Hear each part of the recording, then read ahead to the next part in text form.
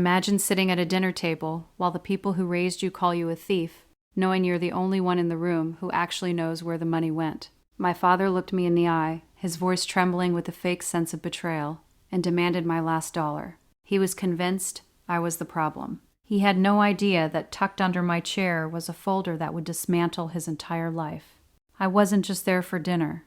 I was there to hit print on the evidence that would change everything forever. I grew up believing family was a safety net, but for me, it always felt more like a beautifully decorated trap.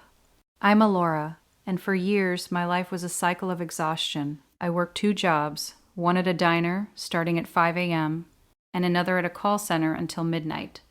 I skipped meals, I wore the same shoes for 3 years, and I saved every single cent. My goal wasn't a car or clothes, it was $10,000. That number wasn't just a balance in a bank account, it was my tuition, my independence, my very freedom. Then came the emergency. It started with hushed whispers between my parents, and ended with my father sitting me down in his dimly lit office. His face was grim, practiced, like he'd rehearsed this speech in the mirror.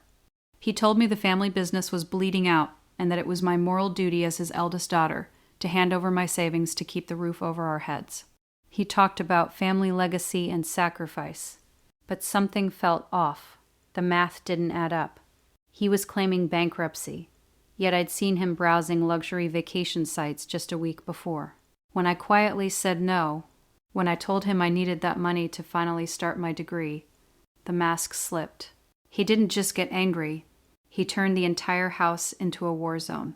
Within 24 hours, he had convinced my mother and my younger siblings that I was a cold-hearted narcissist watching my own family drown while I hoarded stolen cash. The pressure wasn't just social, it was suffocating. Every meal was silent, every glance was a dagger. That's when the gaslighting moved from words to actions. Suddenly, expensive items started disappearing around the house. My mom's jewelry, my brother's tablet, and the blame was always pointed at me. My father told everyone I was mentally unstable, claiming I was acting out because I was hiding a secret spending habit. I'd walk into the kitchen and the conversation would stop. My own mother, the woman who used to tuck me in, wouldn't even look me in the eye anymore. She truly believed her daughter had become a monster. I remember sitting in my room one night, the door locked, hearing them whisper about me through the air vents.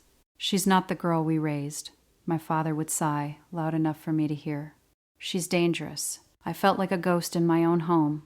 I was broke, not because I didn't have money, but because I couldn't touch a penny without being accused of theft. I was physically and emotionally exhausted. I spent nights crying myself to sleep, my hand clutching my phone, checking my bank app every single hour. I was terrified that somehow he'd find a way to bypass my security and drain me dry. I have never felt more alone than I did in that house, surrounded by people who were supposed to love me, but were instead treating me like a criminal. I felt defeated. I felt like giving up and just handing him the money just to make the screaming stop. But sadness eventually hits a breaking point where it turns into cold, hard clarity. I realized that if I was going to be the villain in their story, I might as well be the smartest person in the room. I stopped arguing. I stopped crying. I started watching.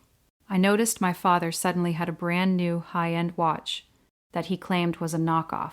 I noticed he was taking business trips to cities where we didn't even have clients.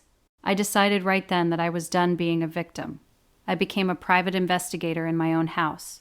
For 3 weeks, I survived on 4 hours of sleep. I waited until the house was dead silent, creeping down to the shared family computer. One night, luck struck. Or maybe it was his arrogance, but he'd left his personal email logged in. I spent hours downloading attachments and taking screenshots. I wasn't just looking for my money. I was looking for the truth of where his money was going. I found the secret bank transfers. He wasn't losing money. He was funneling family funds into a private account under a fake business name to fund a lifestyle my mother knew nothing about. I even found his search history, how to access a child's savings account without their permission. But the smoking gun? I tracked the IP addresses of the failed login attempts on my own bank portal. Every single attempt to hack my account had come from his personal laptop, timed exactly when I was at my shift at the diner. I gathered everything: bank statements, emails, IP logs, and the fraudulent claims he'd made to the IRS. I organized them into 5 identical folders.